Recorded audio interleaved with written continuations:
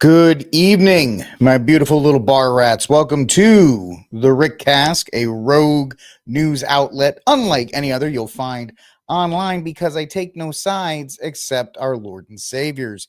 I hope everybody's having a wonderful Monday. My date, the guy who does my who lets me know what day it is, he's not in yet, but I think it's Monday, the 17th of February, 2024. I hope you all had a wonderful, beautiful, amazing Valentine's Day weekend.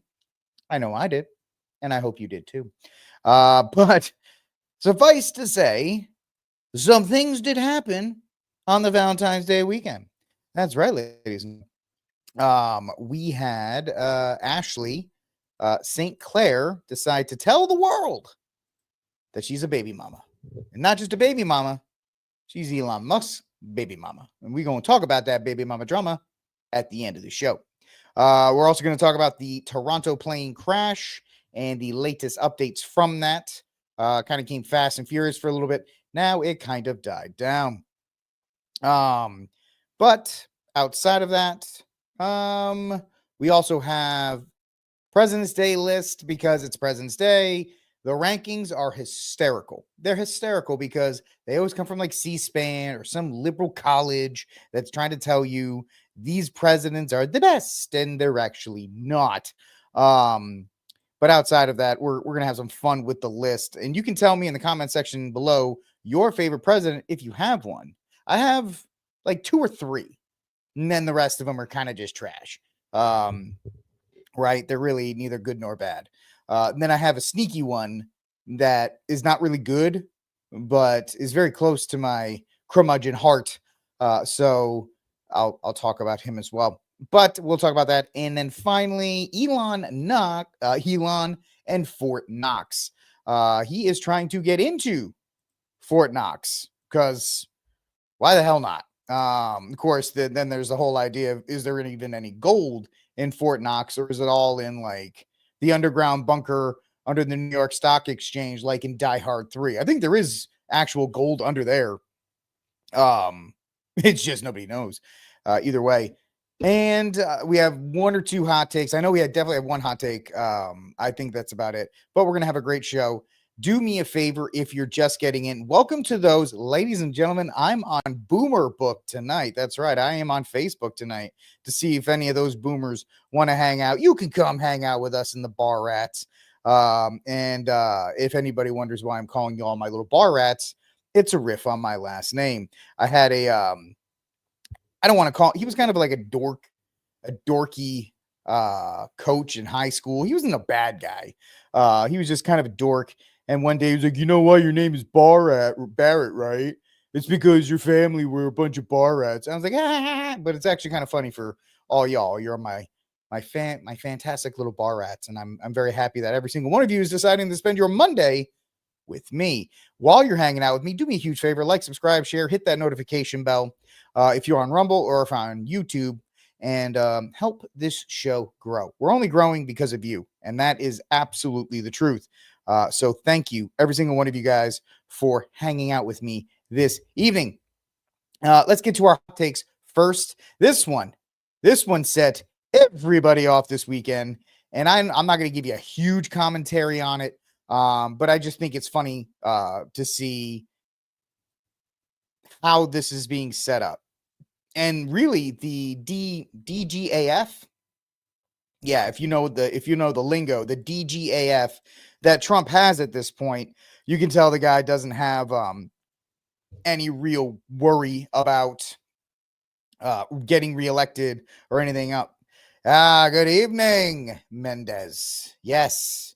The bar rats are in the building. Let me know where you're coming from, ladies and gentlemen. I know Mendez is coming from a cold and snowy North Idaho. I hope you are nice and bundled up and warm. I know everybody else is experiencing some cold out there, but it's okay. You guys, I will keep you nice and warm with my dulcet tones. Anyway, maybe that was not the right way to say it. Let's get to our first hot take of the day. Oh, this one was a beauty. He who saves his country does not violate any law. No, he doesn't. I heard a guy say that once. I think it was Napoleon.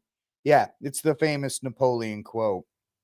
And this has kind of set people ablaze a little bit, if you think about it, because it's a litmus test, if that's the right way to say it. It's a litmus test because you have those who kind of understand the mindset behind this. Now, of course, Trump is not a god. He's not the Messiah. He's not anything. It's kind of just fun seeing that what I've been saying, if you watched my show, or you listen to my show when I was back in the old station, or listen to this show for any length of time on our 51st episode, by the way, 51 episodes in, that everything is a pendulum.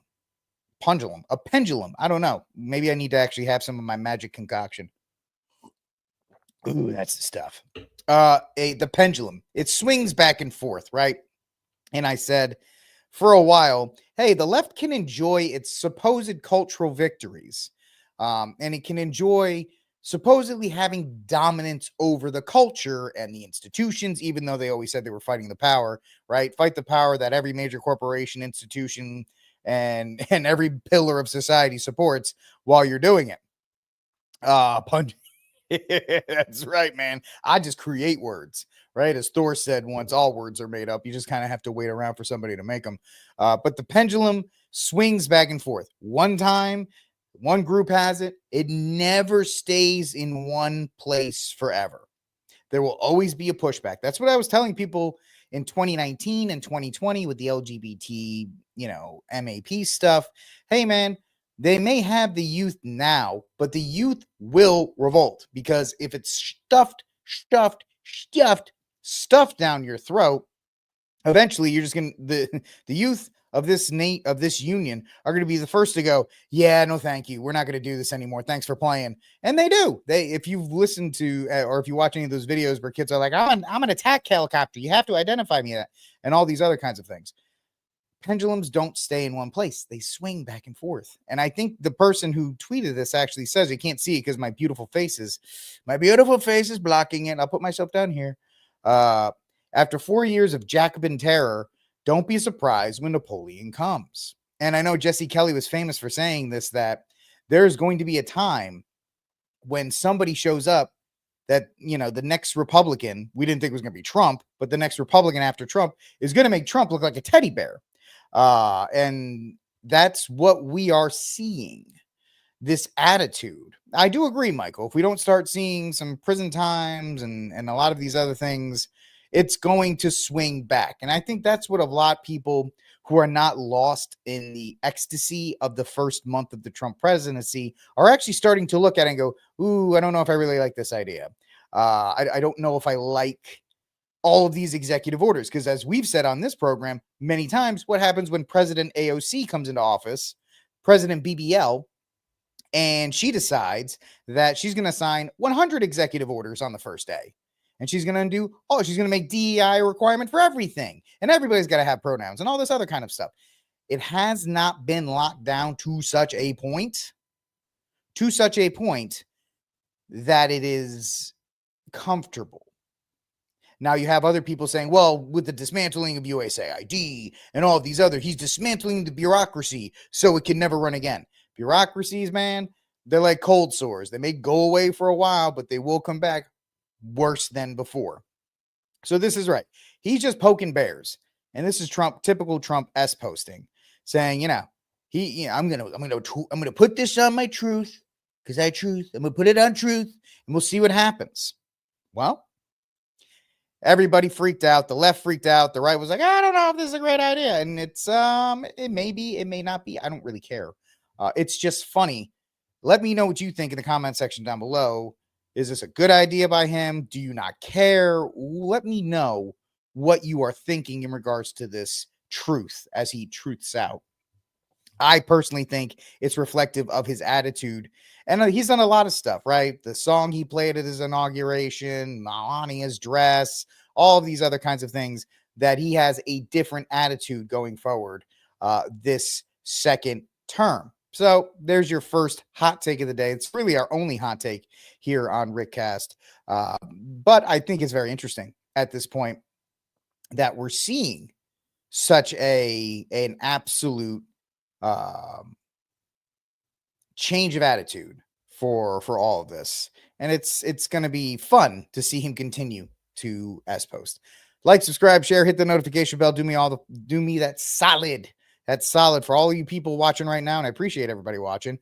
We got one person on Twitch. Hi. We got our people on X. We got some people on the Rumbles. We got my YouTubers. All my bar rats are hanging out with me tonight, and I'm very happy that you are here. So let's get to the main story. The main story of the day. Another tragic accident at an airport. And now, you know, when Steve Cunningham, who I do News from the Pew with, right? I do News from the Pew with. And he says all the time, he refers to like Project 2030 and all these other things that the World Economic Forum puts out. And one of them is that air travel will not exist by 2030 or 2035 or some things like that. It'll only be for the mega rich, like they are now, like Taylor Swift. She flies from, you know, the bedroom of her mansion to the kitchen to get a snack. All those things are kind of a joke, except when you see the chaos that is unfolding. I think this chaos would have happened whether Kamala was installed or not. I think that, and so we're seeing this play out, this chaos in travel, because what do you hear people say already? Well, I don't want to fly anymore. Look at me. I drove. Well, to be fair, if you've listened to my show for any length of time, I have been pretty staunch in my love of the road. I love driving. I love RVs. I love all those kinds of things. It is what it is in that regard. But other people are like, I ain't flying no more. I ain't doing this. I'm not getting on a plane. I'm not doing any of that kind of stuff. I think it's all by design. And a lot of people are going to be like, oh, it's DEI, and then it's Pete Buttigieg, and it's Trump, and it's this, and it's that. No, I think this was all planned. And that's why it's kind of a little bit of a rogue outfit, because I don't know if people want to step up to that, but Project 2030 or 2035 does say that. It does say that air travel will no longer be accessible to the dirty masses like you and I. But anyway, I've talked for a little bit too much. Let's get to the story about the plane crash, the Delta plane crash here on RickCast. Bang, upside down at the airport in Toronto. Reuters reporting that it was a flight from Minneapolis and that all passengers and crew are accounted for. The scene says that 8 people are injured. Look at this plane. It is literally upside down. There is no word on how this happened. You can see there's a lot of snow on the ground in Toronto. It happened moments ago. Senior correspondent Eric Shawn has been gathering the latest information here. Hi, Eric.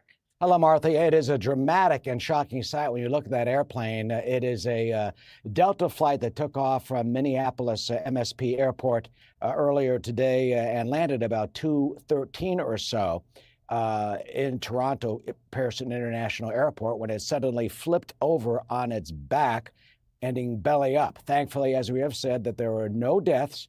There were 8 injuries reported. Officials, paramedics on the scene say of those injuries, 1 person is in critical condition. The rest are mild to moderate injuries. All right, so that's our first one. Now we have some on the ground videos, if you will, of the actual crash and what happened. One from the outside and one from the inside.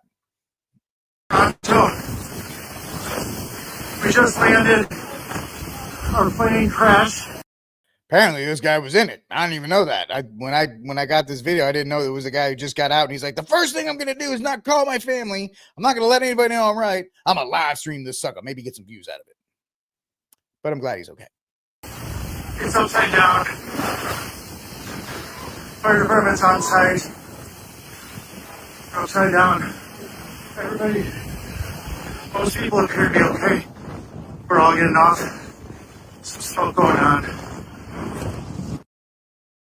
Thank you for that image of the snow. I know it's me making fun of the guy who just got out of a plane crash, but maybe not like live stream it first of all. All right, now that was from the outside. Here is a video of people actually being evacuated from the inside of said Delta flight. Don't take no video. Oh, let's go all the way back. Everything, drop it. Come on. You know, some people are like, well, since we're on the ground, can I take my bags with me? I'm kidding. It's not funny. I get it. It's not funny, but still. Don't take no video. Step on the way. No. Holy fuck. Holy fuck. Whoa, easy, buddy. We'll just listen to the video. Sorry about that. I didn't know the guy. I mean, to be honest, I don't get. I get why he's cursing, but yeah, that was from the inside. Now we're looking at the outside. Apparently, the thing touched down, rolled over a couple times. Of course, this is in Toronto. I had a video. I forgot to upload it. They're already blaming Trump for this, even though this was in Toronto, of all places. This was not in America. This was in Toronto. So, but they're like, Trump's fault. Trump did it. He's so terrible. And it's going, oh, how is he terrible? What did he do to make the people in Canada not be able to land a plane? It's just a question. It's a fairly simple one as well. But the idea that this is somehow Trump's fault that this plane did not land correctly is kind of funny. But let's get to our next one here. Since you guys don't want to look at me, let's get to the actual story here. It's just me, folks. So I'm running my own board. Maybe somebody wants to do that someday, maybe. But here we go. So Delta Airlines plane crashes and ends up upside down at Toronto Airport. At least 18 people were injured after a plane crash at Canada's Toronto Pearson International Airport, according to Delta Airlines. Though the flight with 80 people on board from Minneapolis ended up upside down on the runway, no one was killed in the incident. So, hey, you got that going for you. Rick, that's very mean and not very, I'm saying you got that going for you, man. It is what it is. It could have been a lot worse. Anytime any like plane or anything like that has an issue, you would expect some kind of casualties, but it still proves that plane travel is one of the safest ways to actually get around, even though I don't, yeah, right. Another reason not to make Canada the 51st. That's true.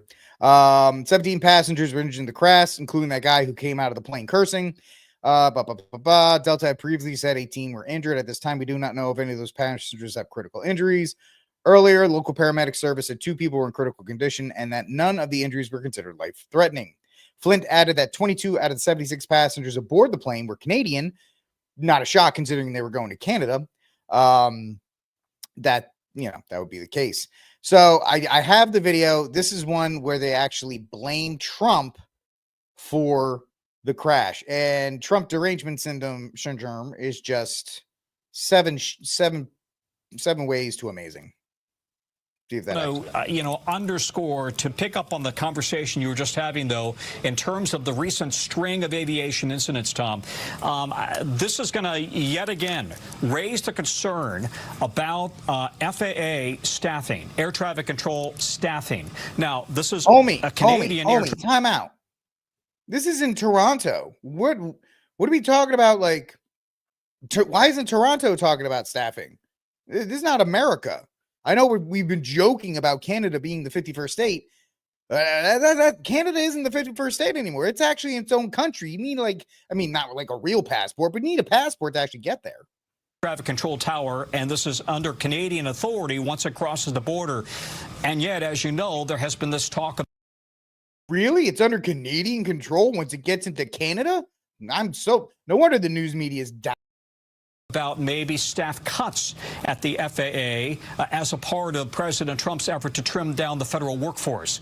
And yet, as you also know, the FAA has been complaining for years that they are understaffed in critical job positions, especially air traffic control. I was having a conversation with somebody today about whether air traffic control in America is being affected by the staff cuts. So far, not to their knowledge, and yet other positions related to maintaining critical equipment appear to have been cut. So this is going to feed into all of these recent incidents, and the safety of the total air traffic system is going to be very much a part of the conversation as we go forward, at least on this side of the country, of the border, I should say. Come on. I'm not laughing at the incident. I'm laughing at these people. The TDS is real. Oh, what about safety over here? Well, the next time I fly into Canada, which will be never, I'll worry about it then. But up until now, I'm not going to worry about flying the Canadian airspace and what they're doing up there. So you had to watch that video. It's absolutely insane that they would do that. It's not, it's insane, but it's not unlikely, obviously, because they did it. But by the grace of God, nobody was injured. Mendez thinks it's a hoax. It's all a hoax. They just flipped the plane upside down like a Michael Bay movie, except they didn't blow it up. And then it is what it is. I don't know. It's all, I still think, and this is Rick Barrett of RickCast, the Rogue News outlet. It's part of the plan to get people to travel less, right? It's part of that overall plan.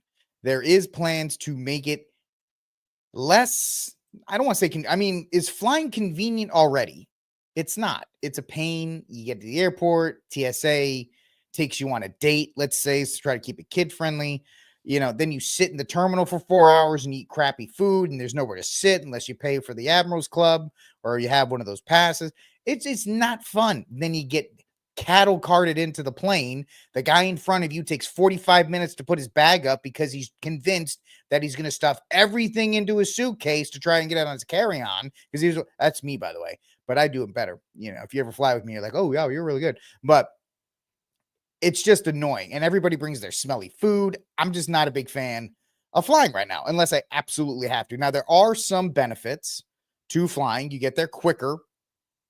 It takes me half a day to get to North Carolina. It took me 2 days to get there by driving. But I'll tell you what, man, outside of driving through Atlanta and South Carolina, by the way, your traffic is awful. I don't know how such a sparsely populated state has nothing but traffic as soon as you hit the border. If I ever drive into the Carolina again, I'm coming in from the west. I'm not coming in from the south. You people are nuts. But I'm babbling. As of right now, there is 2 runways at Toronto Pearson will be closed while investigating crash, the airport CEO says. The strong winds have been impacting Toronto all day. Winds currently sustained 32 miles per hour and gusts of 40. Yeah, but isn't this one of those things that they plan for? So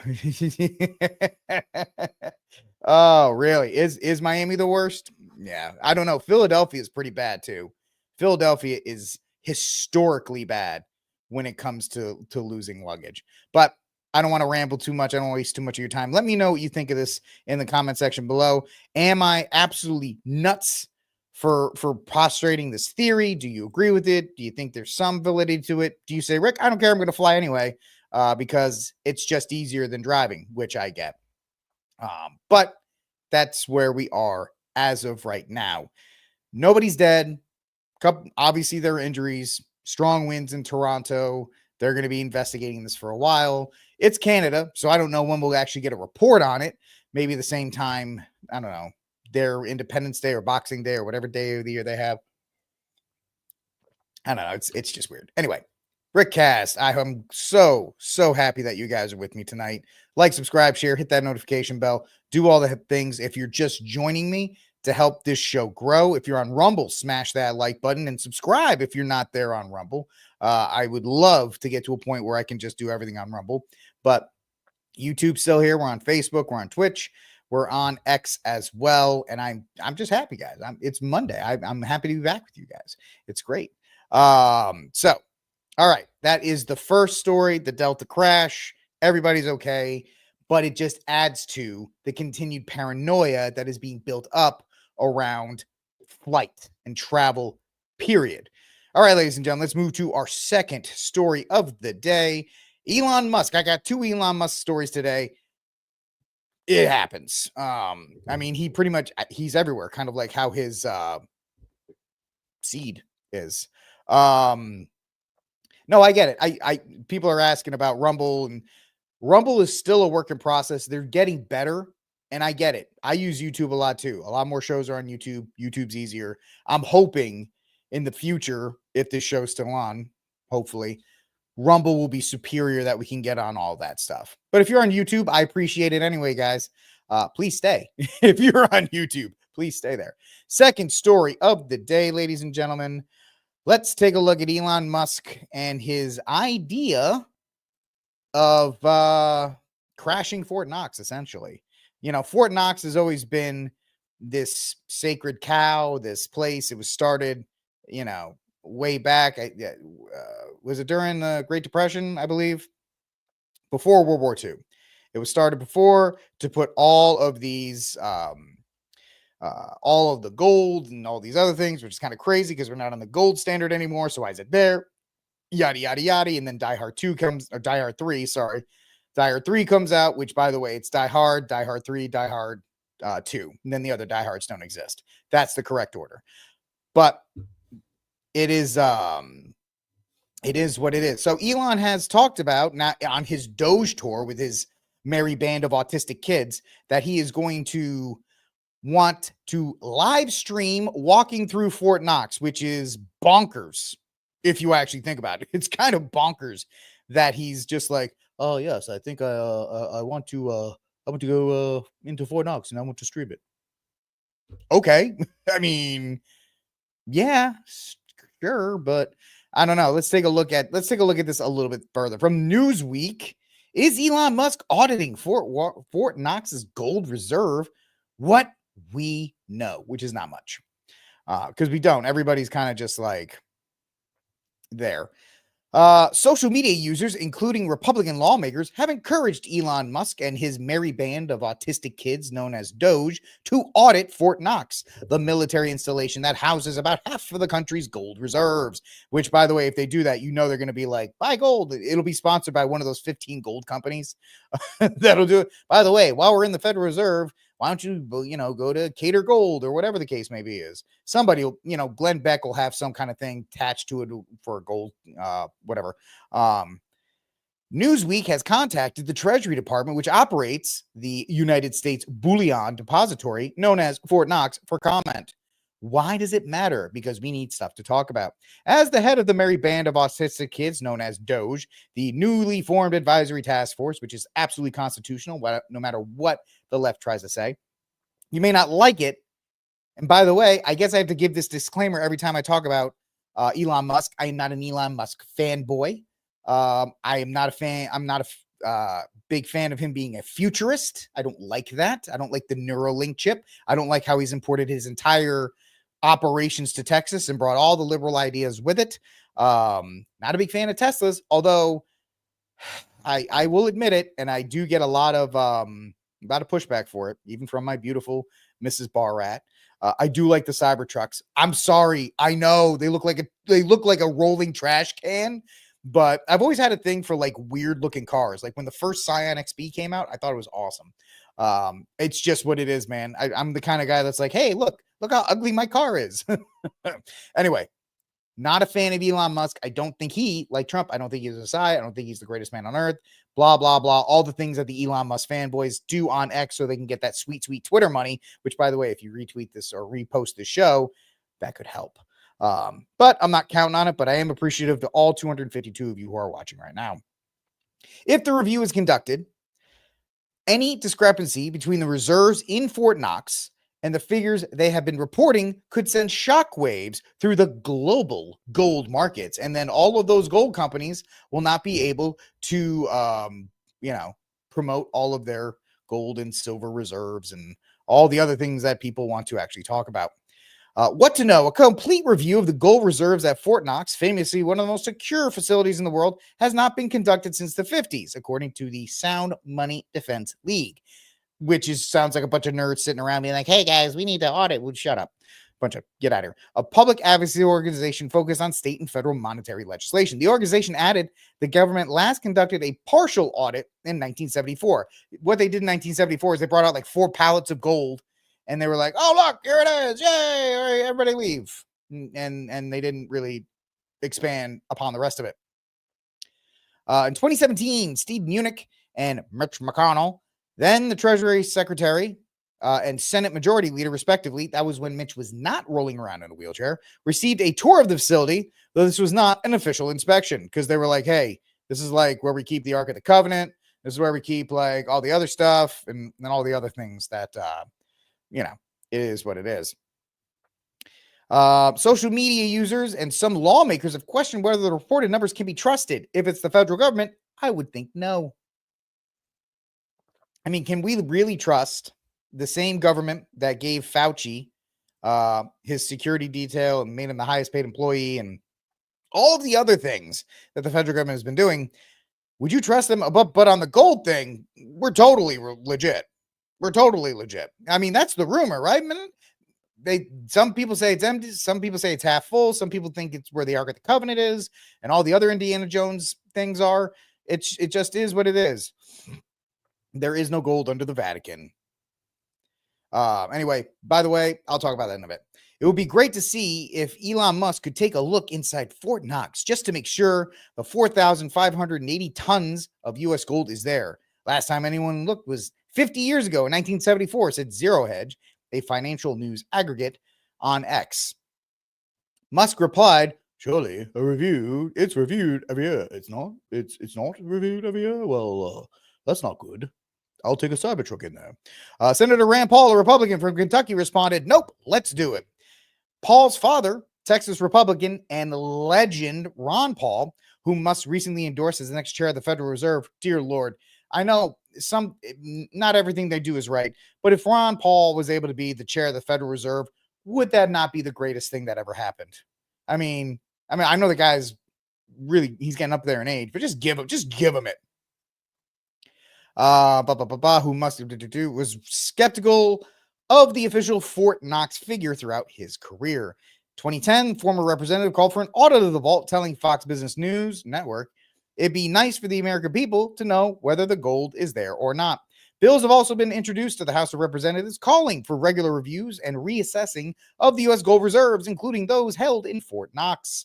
Attorneys and investment banker James Rickards told Newsweek that an audit would help restore the confidence of U.S. citizens and government representation. But there was no reason to doubt that the U.S. has exactly that amount of gold, which it represents, which is about 8,133 metric tons, which, if you go by Die Hard 3 lore, is, there's twice as much of that in New York, which is why they had to break into it. He said an interesting revelation could be how much of the U.S. gold is leased, i.e. given to borrowers in exchange for fees, which Ricker describes as a way to inject more gold into the banking system than actually exists in physical form. Because we all know when you do stuff like that, it always turns out so well. It's a can of worms that only few experts understand, and the government has definitely not wanted to acknowledge. And Doge may open a can of worms. He said can of worms twice. Interesting. Rickards added that an inspection would show variations in the purity and dimensions of the gold in Fort Knox. I get it. It's not pure. It's this, it's that, and blah, blah, blah, blah, blah. Yes. Well, it's not that the Treasury Secretary doesn't visit or even know. It's just the fact that nobody outside of those areas know. Right? It's a nicely, closely held secret for various reasons. Adrian Ash, the director of research at the Bullion Vault, told Newsweek that if a comprehensive review of the U.S. gold reserves took place and showed much smaller stockpiles than previously thought, the effect on global gold prices would be a curveball, but most likely would be minimal given that the metal is not available to the market. And that's the thing. This would be a big deal if we were on the gold standard, but famously, Nixon took us off of the gold standard. So even if it isn't the amount that's said, it doesn't really have an effect on the actual dollar, as some people would be afraid about, because we just print. We just print our way through these things. But it would be kind of a shot to the confidence in the market. He added that the revelation from a geopolitical point of view would cause much hilarity in Moscow and in Beijing, and fit perfectly well within Doge's narrative of corruption and lies. And then they just kind of get, what are people saying? Then Treasury Secretary Steve Mnuchin wrote on Twitter after his 2017 visit, thanks to the U.S. Mint staff for hosting us. Secretary visit since John Nider. Glad the gold is safe. I mean, even if they do, let's see what happens next. Musk seems intent on conducting an inspection of Fort Knox, replying to an X post from Alex Jones. Where are the dogs? Where's the gold? The gold's in the bottom with the aliens and the dimensions. Said it would be cool to do a live walkthrough. You're not getting a live walkthrough through Fort Knox. You're just not. Whoever's hoping for that, just put that sucker away. You are not getting a live. You're not getting a live stream through Fort Knox. First of all, I'm pretty sure the reception is no good. It is no bueno. And secondly, they probably have like aliens and stuff down there too, right? If they do.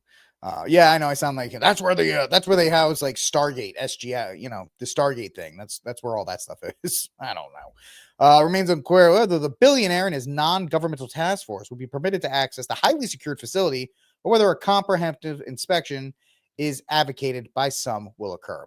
I'm gonna put this one at, I don't know, 30%. Maybe it'll happen. I don't have high confidence in this one happening. They'll let them play around in the Treasury and in the Social Security, which, by the way, is a nutso story about that and all this other stuff. But when it comes to this stuff, they'll be like, yeah, you can go in and look, but you ain't telling anybody. You're going to come out and say, oh, there's all the gold. It's there. It's fine. And that's it.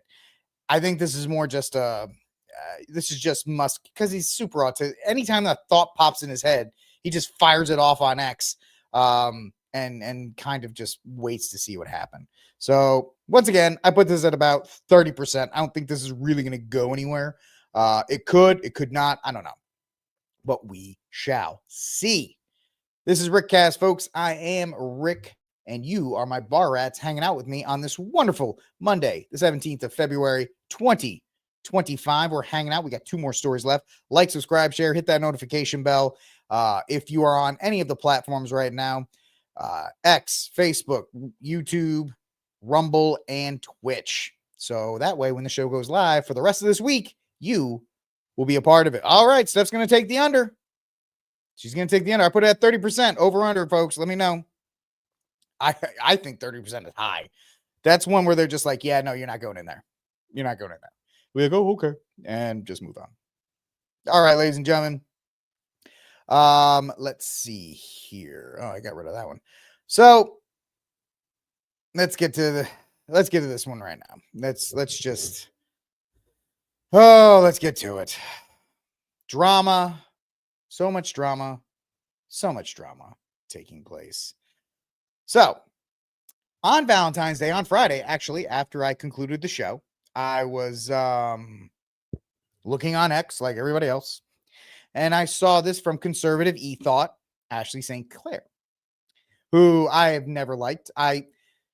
This is why you watch this show, because the opinions I give are they're not going to get me welcomed at parties, right? I'm not going to get on major shows with these opinions.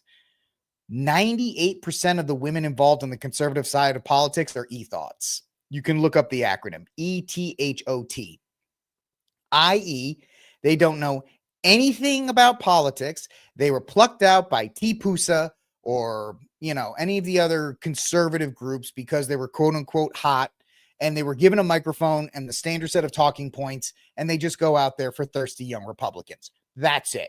That's all they do. Okay. There are some, and I feel bad for the 2% of women who are in politics that are very well spoken. I don't want to start naming them because I don't want to embarrass them, but there's at least 4 or 5 women who are involved in the conservative space that when they talk about stuff, I'm like, okay, well, I'll actually listen to that because that person's actually well informed and understands what they're talking about. 95% of them wear a tight shirt and a MAGA hat, and then they get 100,000 followers, and they're just like, oh, taxation is theft, right? And then they tweet it, and all these guys are like, oh, you're so pretty, yeah, MAGA. And it's gross. It's gross, and it's a reflection of conservatives who supposedly champion traditional values. They don't champion them, because they champion them, and then these young girls kind of like saunter out in front of them talking about being on the pill and all these other kinds of things, and they just clap like a bunch of dumb seals. And then somehow some of these women actually get into politics. You can figure out which ones I'm talking about. Anyway, so this was released on Valentine's Day. Which, of course, I'm sure she had to look this up. This is pretty much Latin for the dies cas. 5 months ago, I welcomed a new baby into the world. Elon Musk is the father. I have not previously disclosed this to protect our child's privacy and safety, but in recent days, it's become clear that tabloid media intends to do so, regardless of the harm this causes. I intend to allow our child to grow in a normal and safe environment. I'll get to that. For that reason, I ask for the media to honor our child's privacy and refrain from invasive reporting as I invite the New York Post to come in and do an interview with me in my $40,000 a month apartment in New York. And when I want privacy, I always wear a corset under a sports jacket.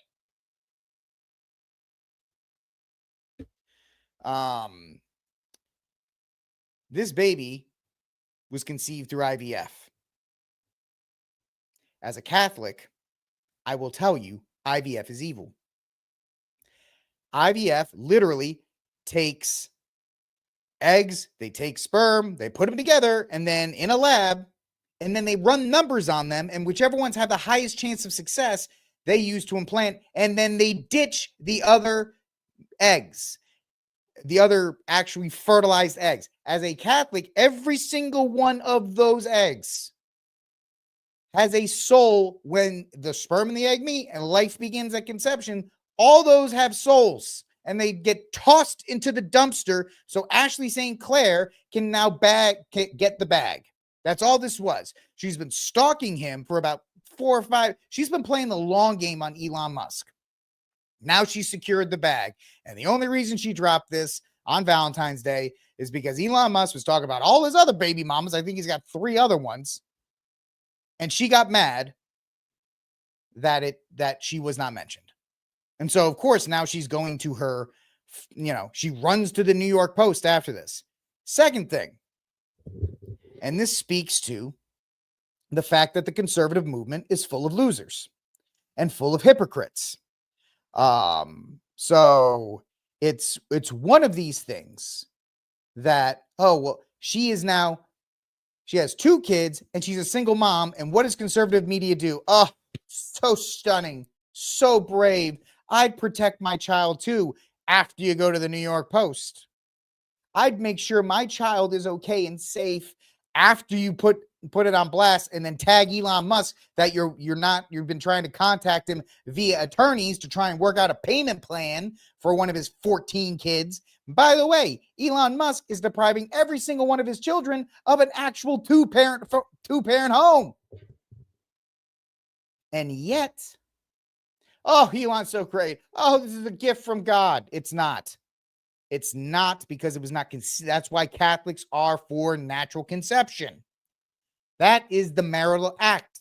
And the marital act's been destroyed in today's culture to the fact that you buy children, Pete Buttigieg, Dave Rubin, and you conceive them through IVF, and then you dump these kids who have no idea, have no bearing in the world because they don't have a stable 2-parent household, into the lap of this woman so she can now run around and have one of Elon Musk's babies.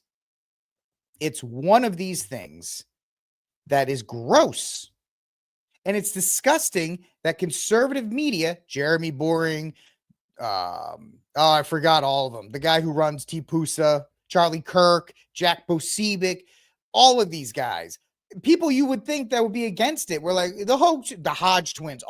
If you look under this post, I think we can see it under this post. Look at all your conservative influencers. Cernovich, he's not a conservative, but don't worry about that. Candace Owens of all people, right? We're praying for you. Matt Gaetz has his own issues, but that's another thing. Jack Bosebic, God bless you. Libs of TikTok, a conservative outlet. ALX, you're so beautiful. Michael Mattis, I don't really like him. I don't care. Jack Bosebic's wife, you're so great. Matt Gaetz' wife, you're such a great mama bear. James O'Keefe, congratulations. Alex Stein, I got your back, don't worry about it. On and on and on and on and on. All Cat Turd, all your hardcore conservative bros celebrating a baby that was purchased out of wedlock. For what? Yeah.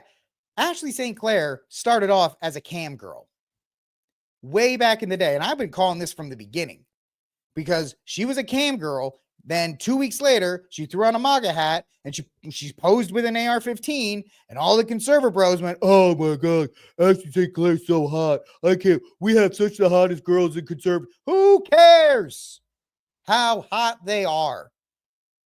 This woman is not a representation of actual traditional conservative values. That's it, man. And it's a payday. If you are a semi-attractive woman and you have no idea what to do with your life, put on a MAGA hat and a tight t-shirt, pose with a gun, and you'll get at least 500,000 followers, all of them saying you're the most beautiful woman in the world. And we have super strong, hot conservative women. And it's gross and it's disgusting. And all you thirsty bros are the reason why it happens. Dude, say whatever you want about Milo. If you're on X, he's a follow when it comes to Ashley. He has absolutely just destroyed her in that regard. And she needs to be called out. She should not be congratulated because this wasn't even a thing where like they met up at a party and then they had too many drinks and oops, here comes a baby. I mean, that's not great either, but at least it's a natural way of conception. This was planned. And then it happened. Where's the Babylon Bee, the Christian outlet? Silence. Silence from them. Silence from the Daily. Oh, Jeremy Boring, he came out and he's like, oh. And why am I going off on this? Because this is a sickness within the quote unquote conservative movement that makes it to where we are not conservative anymore. We're just liberals from the 90s. We don't care about contraceptive. We don't care about abortion because who knows how many babies Ashley St. Clair killed to get this IVF baby. And I know it's not great to say it this way because it gets a lot of people offended because then some people are like, well, I believe IVF's okay if it's no, IVF, none. Natural conception is the only way to go. If God does not give you a child, that is God's prerogative, not yours. And so it makes me angry to see all of these people celebrating a mini genocide. Who knows how many were killed to get this one? So she can run to this exclusive, the 13th kid of Musk. Oh yeah, he's got 13 kids. He's not Genghis Khan. He needs to be a better man. And yeah, he can pay for all the expensive nannies. He can pay for all the best childhood, whatever. Believe me, as a kid of divorce, it never works. Money never is an answer. It doesn't fix the problem. I mean, look at some of Elon's older kids already. Some of them are already messed up in the head because he's not around. But yeah, I don't like it. I think it's gross. I think it's disgusting. And I don't think it should be celebrated. And there are no, I mean, there's one, Jeremy from the Quartering has also gone off on this. He is not a big fan of this as well. But I'm coming from it. He's just coming from the fact that it's a conservative grip, which is great to point out. I'm coming from the fact that as a Catholic and somebody that talks about who believes in the Catholic view of marriage, of children, this is an abomination. And Catholics, Jack Posebic is a supposed Catholic running around with his rosary, right? He's always around with his rosary. Oh, I'm a Catholic, blah, blah, blah, blah, blah. Nope, he can't say anything. You know why? Because he wants to stay in the grift. That Trump money, that T-Pusa money, that conservative USA money, oh, it just rains down when you just shut your mouth and go with it. I won't. I don't care. If I never get invited to T-Pusa or any of the big conservative, I will not compromise who I am for a paycheck. And there's too much of it in politics. And it's just gross, the fact that we are now in this position where we are celebrating single motherhood. Yet conservatives, and I'll say this one more time, Jason Whitlock said about this too. If this was Nick Cannon, or if this was like a rapper or an NBA player, we always make fun of the NBA players. It was a funny thing back when there was a cornerback for the New York Jets, Antonio Cromartie. He had like 14 kids and we all made fun of him. There was a running back for the Denver Broncos. He couldn't even name all of his kids. He called them like 9, 10, 15. He didn't know. And everybody's like, that's bad conservative value. That's bad family values. That's a bad example. But when you have a supposed conservative, quote unquote, influencer do it, now it's fine. Now it's okay. Now we're going to celebrate it. Now we're just going to slap on a smile, slap a MAGA hat on this kid, make sure we tag him with Neuralink and send him on his way.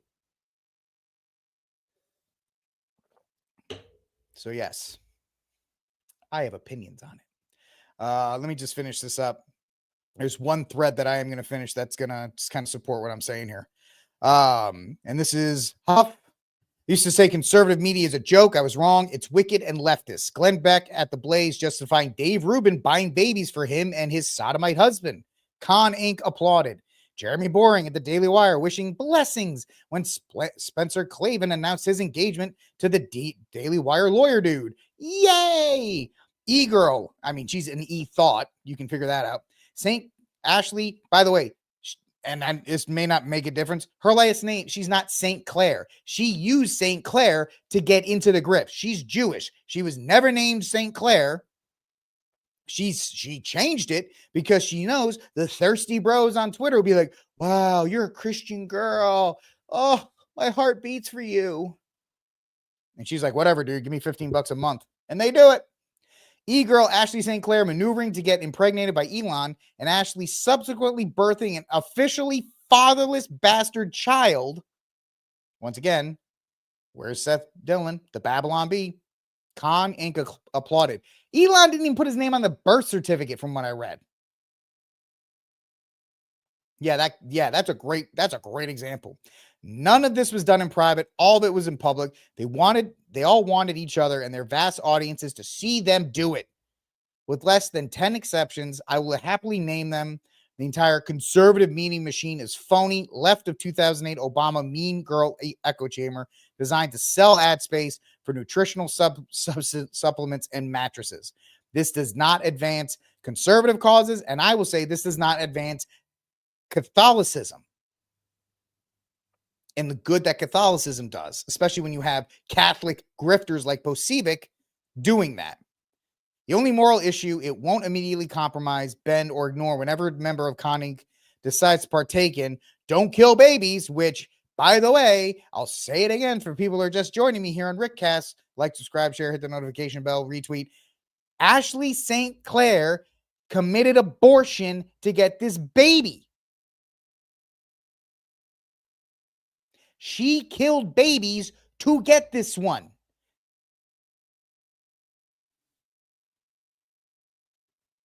And men aren't women.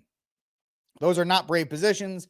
These are not principled positions. They are literally the lowest possible bar for societal morality. This in social conservative is literal. This is social conservatism for literal retards, which, by the way, Trump signed an executive order, so you can say it again.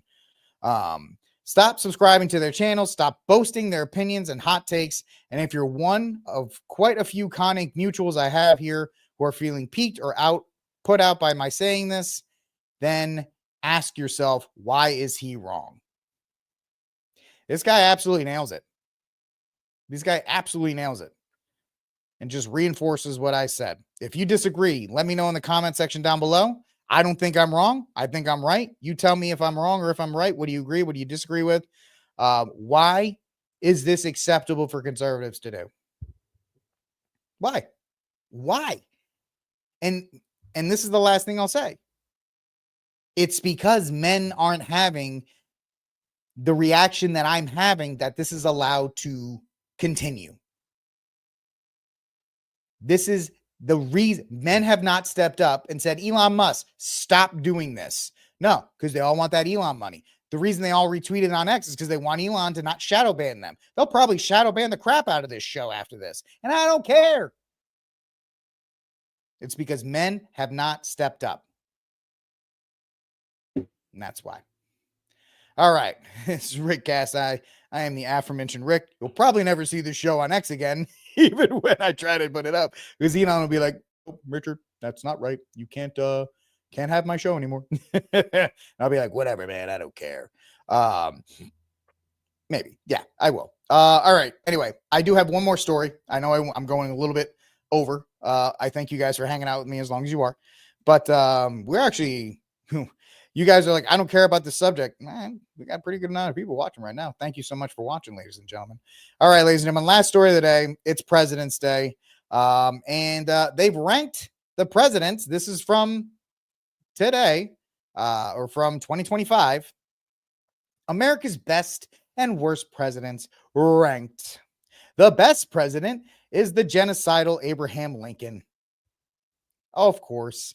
Then George Washington. Then FDR, who put us on a war footing. You'll have liberal professors tell you that FDR put us on a war footing that we have never gotten off of.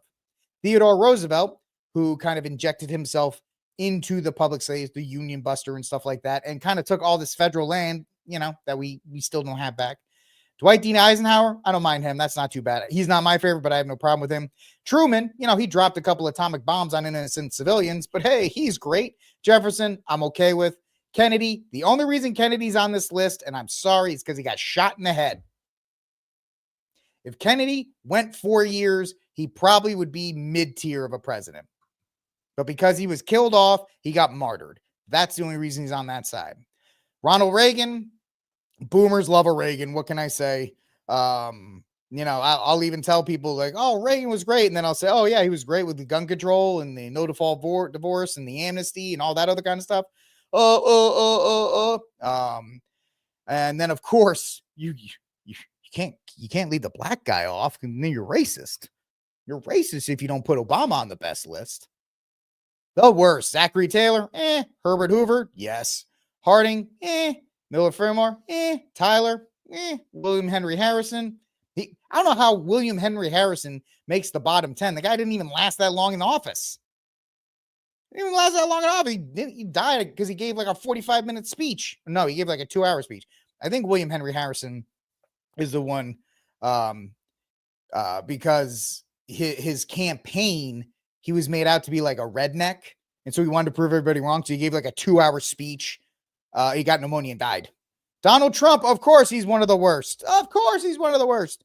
Franklin Pierce, poor Franklin Pierce. His family died, and he was an absolute wreck. After that, the story about Pierce is actually pretty sad. Because he was brought in, they thought it was going to work. His kid died. He just went into an absolute drunken. And it was it. Johnson, I agree with. Buchanan, I agree with. Who was the one before FDR? I'm blanking out right now. One of you history nerds will tell me who was the one. Who was the one before him? He's terrible. He's not Harding. Was he Harding? No, he was oh man, this one's somebody help me. I'm dying over here. Woodrow Wilson. Is he on this list? No. Woodrow Wilson, a guy who literally played, who was a eugenicist and an absolute psycho. Yes, Wilson, I am. Yes, thank you guys. You got me. You helped me out. Appreciate it. Woodrow Wilson needs to be on that list. He was god awful. Awful. George W. Bush, you could put on the bottom 10 because he, put Patriot Act, War on Terror, all that kind of stuff. He could easily be on there. You know who should be on the top 10 list? That's not Calvin Coolidge. Calvin Coolidge. Best president in my one of the best presidents in my view.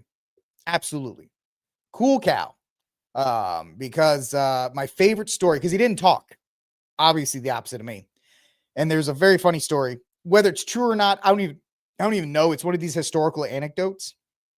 So he's at a White House dinner, and this nice young lady is sitting next to him. And she goes, Mr. President, I have a bet that I can get you to say 3 words tonight. Calmly takes a drink, looks at her and says, you lose. That's kind of, he was very much off. He was hands off as far as the roles of the executive. I think he was actually really good in that regard. That's funny. Gee, my hanging do that. So Coolidge should definitely be on that list. I would swap out Coolidge for Truman. I would put him in there. Lincoln is the worst. All right. Killed 500, launched a war in a sovereign country, blah, blah, blah, blah, blah. The droner in chief, I don't think he should be on there. The Obamacare, which has destroyed the medical system, I don't think he should be on there. And the one that I have the most connection to, and he should actually be on the bottom tier. Good old John Adams. Yeah. Why do I like John Adams? Because he was a short, husky man who had a temper from the Northeast. And what can I say? I have a bit of a kindred spirit with him. Excellent lawyer, terrible president. Excellent speaker, terrible president. Because he's also the author of the famous quote, "I am everything and I am nothing." And he used to spend his days as vice president berating the Senate because I'm the president of the Senate. So he would just berate the Senate until they were like, just get out of here. Just leave. So yeah, I have a soft spot for John Adams, even though he was a terrible president. But what are you going to do? Not many people were doing much, but these lists are always terrible from C-SPAN. The presidents were judged on their vision they had for America, their public persuasion, crisis leadership, economy, moral authority. Yeah, see, this is just crap. These are all just absolute crap. I mean, the dean of College of Liberal Arts at Norfolk State University, Cassandra Newby Alexander. Okay, yeah. So all the Democratic presidents were great, and they just throw Reagan in there to kind of shut people up. Like, oh, look, we have a Republican. They throw Reagan and Eisenhower in there to shut people up. I guess Theodore Roosevelt as well. Lincoln should not be there. Washington, because he set the standard. He left after 2 terms, Cincinnati and so forth. But after that, it's like Washington, Jefferson a little bit, Madison and Mason both were pretty good. 4 out of the top 5 were pretty good. Then there was Coolidge. We really haven't. I don't even think I wouldn't put Don in the worst. I wouldn't put Donnie in the worst. I would put him probably mid tier right now because we'd have to see what his second term does. But I don't think there's a lot worse presidents than Donald Trump. This is just spite. This is just liberal spite here. The fact that they put him in, not Wilson, is just ridiculous. So that's my historical opinion. All right, folks, that's it for this episode of RickCast. Thank you so much for hanging out with me. Please do me a favor, like, subscribe, share, hit the notification bell, do all the fun things so that when I have my next rant tomorrow night on another random topic, you'll be here to watch it. Let me know what you thought of any of these stories. Who was your favorite president? Who was your least favorite president? Let me know in the comment section down below. Anyway, I am so happy that you guys hung out with me. I will talk to you all tomorrow. God bless. And until that day comes, free Dexter Taylor.